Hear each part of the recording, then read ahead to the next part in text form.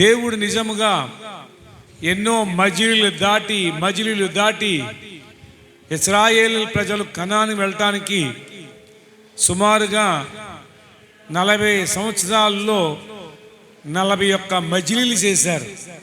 ఎన్ని చేశారు? 41 మజిలీలు. 41 స్థలాల్లో వారు మారారు. ఆ విధంగా కనాను చేరారు. చేరే లోపల చాలామంది ఓడిపోయారు, చాలామంది రాలిపోయారు. కడగ చేరినట్టు వారు కొందరే. కానీ దేవుని యొక్క మహాకృప ఈ సంవత్సరం అంతా దేవుడు మనల్ని కాసి కాపాడి ఈ సంవత్సర చివరి ఘట్టంలోకి మనల్ని తీసుకొచ్చాడు. అయితే గడిచిన సంవత్సరంలో మనము ఎలా జీవించాం, ఎలా బ్రతికాం, ఎలా ప్రవర్తించాం, దేవుడికి మహిమ వచ్చిందా, దేవునికి అవమానం కలిగజేశామా? నీ మాటలు కానీ, నీ ప్రవర్తన కానీ,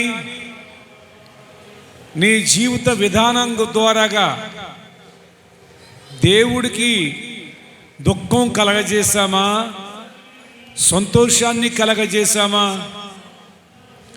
ఈ విధమైన ఆలోచన మనం కలిగి ఒకవేళ ప్రభువుని అనేక సార్లు మనము దుఃఖపరిచిన వారమైతే ఎంతటితోడు దాన్ని ఏ విధంగానైనా ఎవరిని మరి దానికి బాయి చెప్దాం, పశ్చాత్తాపడదాం. ఏ విషయంలో దేవుడికి దుఃఖం కలిగింది, ఏ విషయంలో దేవుడు నొచ్చుకున్నాడు, ఏ విషయంలో ఆయన బాధపడ్డాడు? పరిశుద్ధ గ్రంథంలో చాలా సందర్భాలు కనిపిస్తుంది. నవో కాలంలో ఆయన పశ్చాత్తాపడ్డాడంట, నొచ్చుకున్నాడంట. పిల్లరా, సౌలు జీవితాన్ని బట్టి చాలా ఆయన నేను ఎందుకు ఇతరుని రాజుగా చేశానని పశ్చాత్తాపడ్డాడట. ఇలాగ మనం గమనిస్తే ప్రభునందు పిల్లారా, మన జీవితాల్లో కూడా కొన్ని సందర్భాల్లో కొన్ని పరిస్థితుల్లో ఆయనను దుఃఖపరిచేమేమో, ఆయనను బాధ పెట్టేమేమో, ఆయన్ని అవమానపరిచేమేమో, ఆయన సిలివేసేమేమో. ఒక్కసారి మనము ఆలోచన చేసుకుని పశ్చాత్తాప హృదయముతో దేవుని చెంతలో ఒప్పుకొని మనము కొత్త సంవత్సరంలోకి సిద్ధపడదామండి. కొత్త సంవత్సరంకి వెళ్ళిపోదామని ఆ ఆనందమే కాకుండా ఆగుదాం, ఆలోచిద్దాం. దావీదు జీవితంలో ఆయన అన్నాడు 52వ కీర్తన 8వ వచనంలో, నేను దేవుని మందిరంలో పచ్చని ఒలివ చెట్టు వలె ఉన్నాను అన్నాడు. ఎలాగున్నాడట? పచ్చని ఒలివ చెట్టులాగా ఉన్నాడట అని దావీదు చెప్తూ ఉన్నాడు. అయితే అంతకు ముందు విషయాన్ని చూసినప్పుడు ఈ పచ్చని ఒలివ చెట్టు కింద ఎప్పుడు మారాడు, ఎప్పుడు ఆయన పచ్చగా ఉన్నాడు అని ఆలోచన చేస్తే 51వ అధ్యాయంలో ఆయన పశ్చాత్తాపంతో, అయ్యా నాకు మళ్ళీ నూతనమైనటి యొక్క సంతోషాన్ని నూతనముగా నాకు మరలా దయచేయి అయ్యా, నేను పోగొట్టుకున్నటి యొక్క ఆ ఆత్మను మరలా దయచేయి అయ్యా అని దేవుడు పశ్చాత్తాపం చెంది దేవుని సన్నిధిలో దావీదు కన్నీరు కార్చాడు. కన్నీరు ఏరులై పారాయి. ఈ రీతిగా ఎప్పుడైతే పశ్చాత్తాపడి, అయ్యా నేను పాపినయ్యా, నిన్ను గాయపరిచానయ్యా, నిన్ను దుఃఖపరిచానయ్యా, నా ప్రవక్తల ద్వారా, నా ఇష్టానుసారమైన జీవితం ద్వారా నిన్ను చాలా దుఃఖపరిచానయ్యా. అది నాలో నుండి ఆనందం అంతా కోల్పోయినానయ్యా. నాలో నుండి ప్రతి ఒక్క సంతోషం కోల్పోయినయ్యా. నన్ను క్షమించయ్యా. నువ్వు క్షమిస్తేనే కానీ అయ్యో నేను మరలా ఆ ఆత్మానుభవాన్ని పొందలేనయ్యా. ఒక్కసారి నాకు దయచేయి ప్రభువా అని దావీదు పశ్చాత్తాపడ్డాడు. పిల్లరా, పశ్చాత్తాపడ్డాడు కాబట్టి 52వ అధ్యాయంలో పచ్చగా ఉన్నానంటున్నాడు. పశ్చాత్తాపడితే కొత్త సంవత్సరంలోకి వెళ్ళినప్పుడు నువ్వు పచ్చగా ఉంటావు. మన జీవితంలో ఏ రహస్య పాపమైనా ఉంటే ఇప్పుడే పశ్చాత్తాపముతో ఇక విడిచిపెడతాం. కూడా తీసుకువెళ్ళొద్దు, కూడా వెళ్ళొద్దండి. దాన్ని జతపట్టుకుని వెళ్ళొద్దు. ఇక్కడ తోడు దాన్ని కట్ చేద్దామండి, కట్ చేద్దాం. నేను పాపిని అన్నాడు, కానీ ఇస్కరియోతు యోధా అన్నాడు నేనా అన్నాడు. కానీ దావీదు ఏమన్నాడు? నేను పాపిని అన్నాడు. ఇస్కరియోతు యోధా ఏమన్నాడు? నేనా అన్నాడు. ప్రభు అన్నాడు నువ్వు అన్నట్లే అన్నాడు. పశ్చాత్తాపడలేదు. ఏమన్నా నేనా అంటే నేను కాదు, ఇదిగో వీడు, నేను కాదు, ఈమె నేను కాదు అని చేసిందల్లా చేసి నేను కాదు, ఈ వాక్యం నాకు కాదు అని మనము దాన్ని పక్కన నెట్టేస్తున్నాం. ఇస్కరియోతు నేను కాదు అన్నట్లుగా నేనా అంటే ఒప్పుకొని పశ్చాత్తాపడలేదు కనుక పతనమైపోయాడు. పశ్చాత్తాపడిన దావీదు పచ్చగా ఉన్నాడు. నువ్వు పచ్చగా ఉండాలని ప్రభు నేను ఇక్కడ తీసుకొచ్చాడు. ఈ రాత్రి, ఈ సంవత్సరం చివరిలో ఎన్నో ఎడారి బ్రతుకుల్లో, ఎన్నో ఎండిపోయిన పరిస్థితుల్లో, ఎన్నో అలజడుల్లో, ఎన్నో అల్లకొల్లాలలో, మన జీవితంలో, మన కుటుంబాల్లో ఎన్నో అల్లకొల్లాలు జరిగింది. అయినా కానీ దేవుడు జ్ఞాపకం చేసుకుని ఇక్కడి వరకు తీసుకొచ్చాడు. అంటే ఇక్కడ నుండి మరొక ఘట్టంలోకి వెళ్ళక మునిపే ఒక్కసారి నిన్ను నీవు పరీక్షించుకుని, నిన్ను నీవు ఆలోచించుకొని పశ్చాత్తాపడతావా? నేనా అంటావా? నేనే అంటావా? నువ్వే ఆలోచన చేసుకో. నేనే అన్నావా? నేనేనయ్యా పాపిని, నేనేనయ్యా దోషిని, నేనేనయ్యా నిన్ను గాయపరిచింది, నేనేనయ్యా నిన్ను దుఃఖపెట్టింది, నేనే, నన్ను క్షమించు. దావీదు వలె పశ్చాత్తాపడదాం ఈ రాత్రి.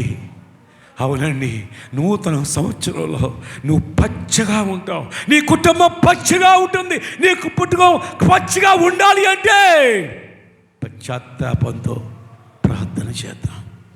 ఈ సమయంలో చిన్న ప్రార్థన చేద్దాం. అందరూ చిన్న వాక్యాన్ని విందాం. ఆ తర్వాత ఒక పాట,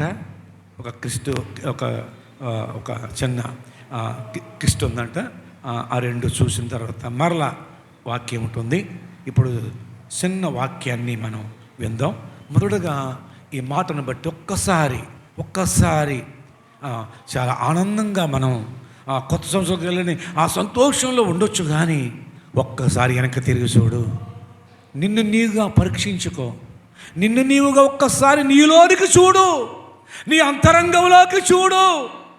అంతరంగంలో సత్యమును కోరుతున్నాడు ఆయన. అంతరంగములో తొంగి చూడు. ఎక్కడ అవిధేయత, ఎక్కడ తప్పిపోయావు, ఎక్కడ పడిపోయావు, ఎక్కడ ఆయనకు దుఃఖం కలగజేసింది, ఎక్కడ, ఏ విషయం, ఎందుట్లో ప్రార్థన చేద్దాం. ఒక్క నిమిషం ప్రార్థన చేద్దాం. ఒక్క నిమిషం ప్రార్థన చేద్దాం. పరిశుద్ధుడు అయిన తండ్రి, ప్రేమ కలిగిన మా ప్రభువా, నీకు వందనాలయ్యా. స్తుతులు, స్తోత్రాలు, కృతజ్ఞతలు తండ్రి. గడిచిన సంవత్సరంలోనైనా ఎన్నో మార్లు నీ గాయాలు రేపాం ప్రభువా. ఎన్నోసార్లు నిన్ను దుఃఖపెట్టాము నాయన. ఎన్నోసార్లు నీ ఏడిపించామయ్యా. మా మాటల ద్వారా, మా ప్రవర్తన ద్వారా, మా తప్పటి అడుగుల ద్వారా క్షమించయ్యా. క్షమించు తండ్రి, క్షమించు తండ్రి. పశ్చాత్తాప హృదయాన్ని మాకందరికీ దయచేయి నాయన. పశ్చాత్తాపముతో ప్రభువా నీ పాదములు పట్టుకుని బ్రతుకులాడుతున్నాం. పశ్చాత్తాపముతో ప్రభువా పాపాత్ములైన స్త్రీ కన్నీటితో నీ పాదాలు కడిగి పవిత్రాలయ్యింది నాయన. అలాగనే మేము కూడా నీ పాదాలు పట్టుకుని పశ్చాత్తాపడుతున్నాం. నేనే ఒప్పుకుంటున్నాము నాయన. మమ్మలను క్షమించండి. ఎన్నోసార్లు వాక్యాన్ని దాటేశాం. ఎన్నోసార్లు వాక్యం మీద నుండి నడిచిపోయాం. ఎన్నోసార్లు నీ సన్నిధిని కోల్పోయాం ప్రభువా. నీ వాక్యం చెప్తుంది, ఇదిగో నా సన్నిధిని పరిశుద్ధంగా మీరు కోరటం మానవద్దు అని. ప్రభువా, నీ పునరుద్ధాన దినాలను ఈ సంవత్సరంలో 52 వెళ్ళిపోయాయి. అందుట్లో ఎన్ని పునరుద్ధాలను మేము పాడు చేసేసుకున్నామో, ఎన్ని పునరుద్ధానాలు ప్రభువా తొక్కుపోయామో. ప్రాణం పెట్టి మమ్మల్ని రక్షించావు, కానీ నీ యొక్క మాటకు త్రోసివేసి వెళ్ళిపోయావు. క్షమించు నాయన, క్షమించు ప్రభువా. మాటల ద్వారాగా ఆయాసపరిచిన సందర్భాలు ఉన్నాయి. తలంపుల ద్వారా నిన్ను దుఃఖపరిచిన సందర్భాలు ఉన్నాయి. మా చూపు ద్వారా, మా నడక ద్వారా, మా ప్రవర్తన ద్వారాగా క్షమించయ్యా, క్షమించయ్యా. ఇదిగో మేము నూతన సంవత్సరానికి వెళ్ళక మునిపే అయ్యా, ఇదిగో మాలో ఒక నూతనమైనటి ప్రభువా అయ్యా, నూతనముగా నూతన ఆత్మను మాలో పుట్టించయ్యా. నూతన శక్తి మాకు అనుగ్రహించయ్యా. నూతనమైనటి యొక్క ఉజ్జీవం మాలో రగిలించయ్యా. నూతనమైన ఆశీర్వాదంతో మమ్మల్ని నింపినట్లు నూతన పరచమని, ప్రతి ఒక్కొక్క నూతన పరచమని.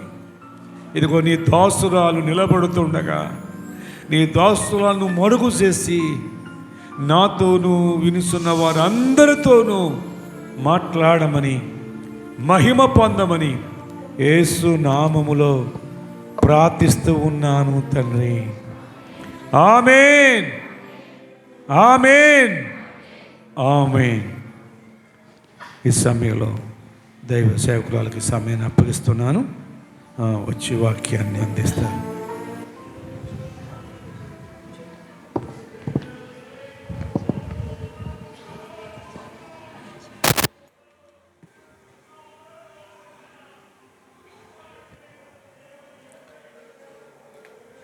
దేవునికి స్తోత్రాలు. అలాగే మీ అందరికీ వందనాలండి. దేవుడు మరి ఈ సంవత్సరం అంతటిలో కూడా ఎంతో కాపాడి ఆయన సజీవమైన రెక్కల చాటున సజీవులుగా దాచి ఈ యొక్క సంవత్సరానికి చివరి రాత్రి మనము దేవుని సన్నిధిలో ఉండడానికి దేవుడి యొక్క మహాకృపను మనందరి ఎడలా కూడా వెల్లడిపరిచినందుకై అందరం కలిసి ఒక్కసారి దేవుని స్తోత్రం చెప్దామా? అంతేనా? అంతేనా? పురుషులు మాత్రం చెప్దాం. పురుషులు దేవుని స్తుతిద్దాం, దేవుని స్తోత్రాలు చెప్దాం. ఎంత గట్టిగా చెప్తారో చూద్దాం. హల్లెలూయా. నేను ఇప్పుడు చెప్పను, నేను కూడా స్త్రీనే కదా మరి. పురుషులు మాత్రం చెప్దాం దేవుని స్తోత్రం.